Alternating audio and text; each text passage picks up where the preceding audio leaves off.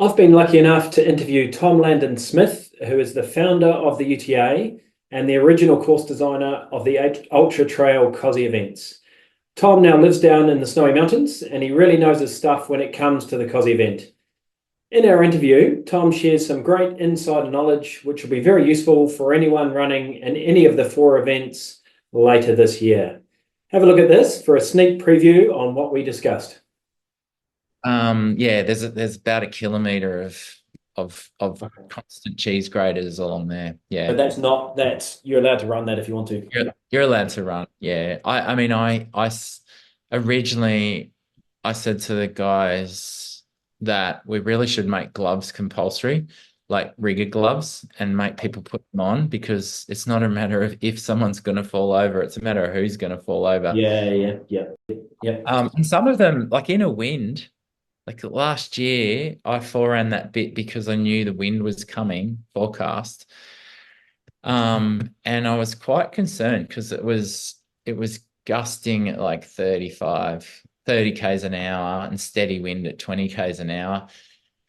And having never carried an anemometer before to measure the wind speed, I was shocked at how low the wind was and how difficult that was making. Like at 35 k's an hour, steady state, that was pretty rough.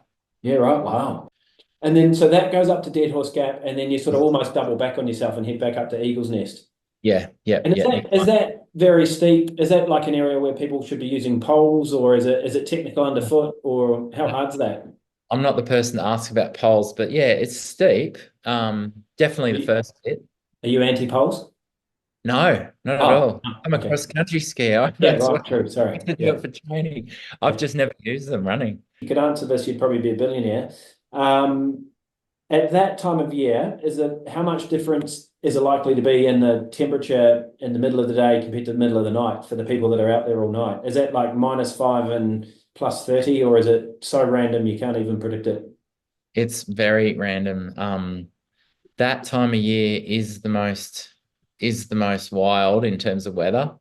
It must have been, I don't know if it was a 500-meter descent or a 700-meter descent. I'm not sure, but it was a big descent. And by the end, because you're going like this constantly in your shoes, Yeah.